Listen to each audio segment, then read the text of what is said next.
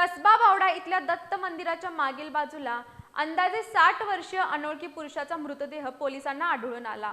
हा मृत इसम गुरुवारी कसबा बावडा परिसरात फिरत असल्याचा मोबाईलवरील फोटो काही नागरिकांकडून पोलिसांना मिळालाय। त्यानुसार शाहूपुरी पोलिसांनी तपास सुरू केलाय। कोल्हापुरातील कसबा बावडा इथल्या दत्त मंदिराच्या मागील बाजूला आज एका अनोळखी पुरुषाचा मृतदेह पडला होता। याबाबतची माहिती काही नागरिकांनी शाहूपुरी पोलिसांना कळवली।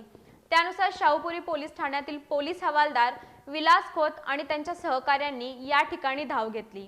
पंचनामा करून त्यांनी अंदाजे 60 वर्षीय अनोळखी पुरुषाचा मृतदेह उत्तरीय तपासणीसाठी सीपीआर रुग्णालयात आणला। पोलिसांनी या परिसरात चौकशी केली असता ही मृत व्यक्ती गुरुवारी कसबा बावडा इथं रस्त्यावरून फिरत असल्याचा त्यांचा मोबाईलवरील फोटो काही नागरिकांकडून त्यांना मिळाला।